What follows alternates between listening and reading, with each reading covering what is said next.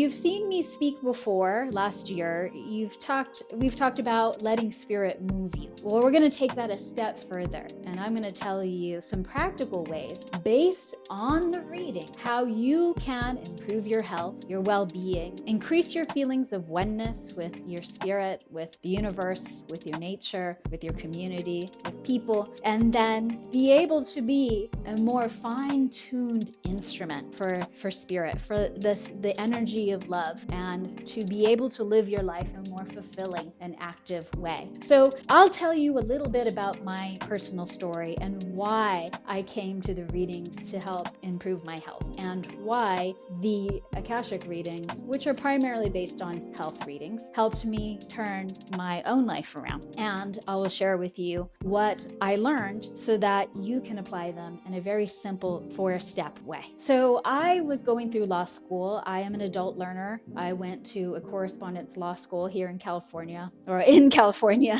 and I was teaching myself the law. I didn't have really professors to help me. I was on my own, and I went very Abraham Lincoln and read the law and studied on my own. And it was a 4.5-year process, and it was very grueling. So if anyone here who has read the law and knows about that and goes through legal history, it can be a very stressful study and a field of study. And so I found myself becoming more and more and more stressed. And because I was stressed and mentally overloaded, I found myself more and more stagnant, sitting 6-8 hours a day reading books, my eyes squinting, hunched over, not feeling great, having thoughts of murder cases and all sorts of things that were not fun and pretty. And I found myself over these years gaining a little bit of weight each month. And I didn't realize until I saw a picture of me overweight with glasses that it was time for me to take control of my health, because I had severely neglected it in the process of going to law school. And as we all know, that life is a mirror. It shows you what you think. It shows you what you assume to be true. Well, for me, my assumptions were I don't have enough time. I can't relax. There's too much to be done. And so I felt that pressure of life on me. And I did not take very good care of myself. I was taking care of everybody else and not myself. So if you've been on that journey of nurturing other people and working yourself almost to death, like me, you then begin to realize this is not sustainable, and I very much need to change. So where does a girl go, especially a girl who loves Edgar Cayce's work, who loves the readings, who has seen from the testimonials of the people who have received the readings complete transformation and physical turnaround? Well, I went to the reading, and as I went through the readings, I discovered there were four keys to increase health and vitality. And those 4 keys, as you can see in that blog post, are circulation, assimilation, relaxation, and elimination. Those were the 4 keys. And I decided, let's give it a college try. Let's see, let's apply if the principles in these readings actually do work. So it's not just to take it from a faith-based point of view, it's to take it from a scientific point of view, to apply the wisdom and the knowledge in our lives to get results. That's the scientific process. And so I decided that is what I was going to do. I was going to apply it. So this is what I did. So as you can see in the first step, it's circulation. It's very simple. I just walked 3 miles a day, and I actually got myself to exercise 40 minutes a day, every single day, whether or not I felt good. If I was sick and I had strep throat and I was on my spin bike and I got off and I threw up and got back on, I still did it. I committed myself to exercise. And then I realized as I did these exercises, as I walked, I started to feel more relaxed. I started to notice that the inflammation in my face and in my lymph nodes started to go down and start to cycle and wash away. And what the readings have shown us with circulation is that by getting moving, heating up the body, getting the organs pumping, getting the heart pumping, we're moving the blood, we're stimulating the lymphatic system, which we have seen in the reading is very much tied, the glands, as they call them, are tied to intuitive reception, our ability to receive receive intuitive information. And the more I exercised, the more I was able to relax and to eliminate. As a result of stimulating circulation, I was able to start feeling a lot better. And I was starting to notice the physical results. Now, I wasn't on this journey to look like a bikini model. I was on the journey to just stop feeling bad. I just wanted to feel good inside my body. I didn't want my neck to hurt. I didn't want to have TMJ. I didn't want to have pressure in my head. I didn't want my lower back to burn. These were my goals. And I used the readings to start stimulating me to improving my circulation so that I could reach those very personal goals. As I did that, my energy level started to improve, my overall vitality started to improve, and I took that with a simultaneous approach with the other aspect of the C.A.R.E method, which is assimilation. So not only are we strengthening the body, we're getting it moving, we're getting it hot, we're getting it pumping, we're allowing ourselves to really consider, what are we assimilating? The readings say assimilation of food. The readings also say when you eat, you want to eat locally and in season. But there's a two-part prong to assimilation. There's not just what you eat, there's also what you think and what you consume. I had to ask myself, as a student of the law, you're reading Menendez trial, you're reading about gory cases, you're reading about young girls who are being sexually violated and their violator are getting released on a legal technicality, and you're reading about these horrible things, and it's hard to take it in context when you're seeing these things in your mind. But I had to take that in context, and I really had to make a mindful effort of everything that I was consuming, whether it was through a book, whether it was through the news, whether it was through social media, whether it was through the languages and the conversations that I was having with friends. I really had to take a look at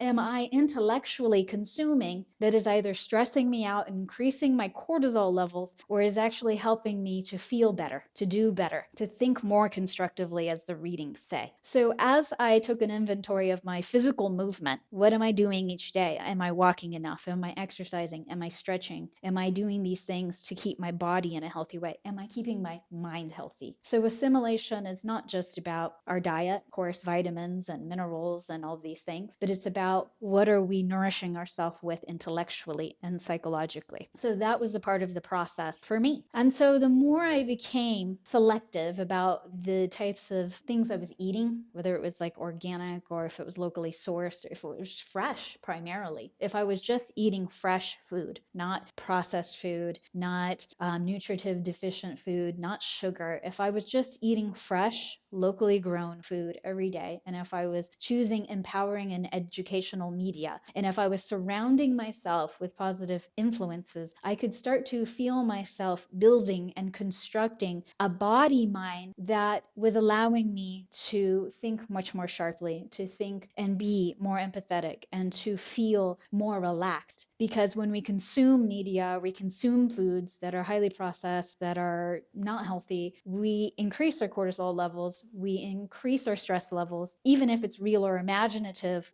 media, we find ourselves feeling more stressed. And that was a part of the process for me, was to start being very careful about my assimilation. So the next part is relaxation. It seems pretty simple, right? We hear ourselves all the time go, just relax. Well, easier said than done. All of us here, I have 2 children. I had a business. I had 2 children. I was renovating and restoring a home and going to law school at the same time. I know everybody here, you are a grown functioning adult. You are balancing many plates at the same time. You have bills to pay, sick family members. You are probably going through your own health crises, your own finances, thinking about your future, or grieving something from the past. There's so many things in your life that you have to manage. And this sense of, well, I'm just going to relax and go on vacation and have Mai Tais, it seems very unrealistic. And that's where I was too.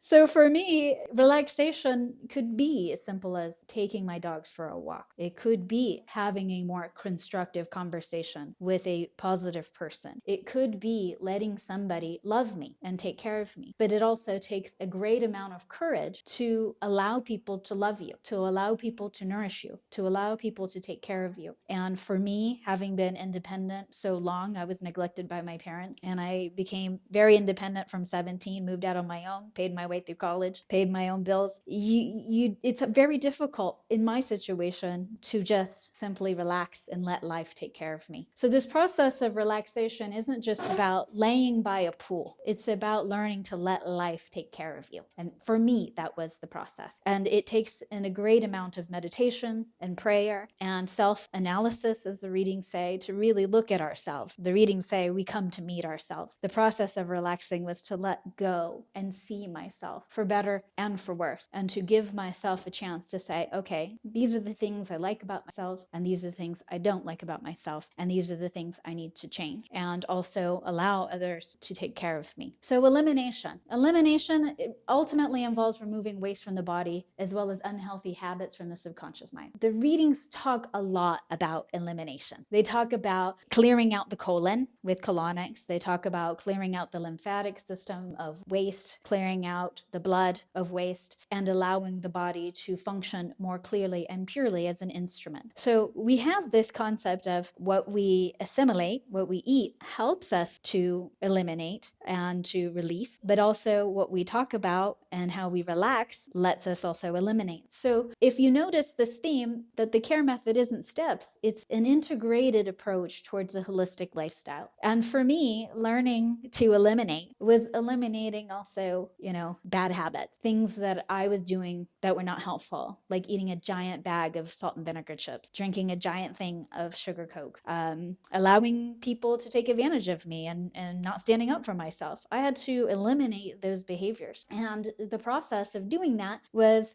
talking to a counselor, doing hypnotherapy, getting massages, getting things that the readings suggest to help eliminate the toxins in the body, but also the toxins of the subconscious mind. And in the process of doing this, we're reconstituting the body. We're reconstituting the mind. And the readings say that the body can rebuild itself and reconstitute itself according to what we feed it. So it is about creating a healthy lifestyle, a holistic lifestyle. So intuition and the psychic phenomena that the readings talk about is really rooted in how healthy we can be. So if we're asking ourselves, is my intuition on par with my physical health, my mental health? That's really the self-analysis that we're doing. And so as a process of this, me myself being a psychic medium, I've been a medium for a very long time, I noticed my abilities getting better and better as I had engaged in this C.A.R.E method in my life. I found myself being moved by spirit at the right times in the right places, making the right choices, making the right investment, having the right conversations, thinking the right thing, and feeling like my life was being guided by this sense of oneness, that I could feel myself no longer separated from the world and everybody else, but connected to it, more empathetic, more connected, and more embracing of the love that life has to give to me.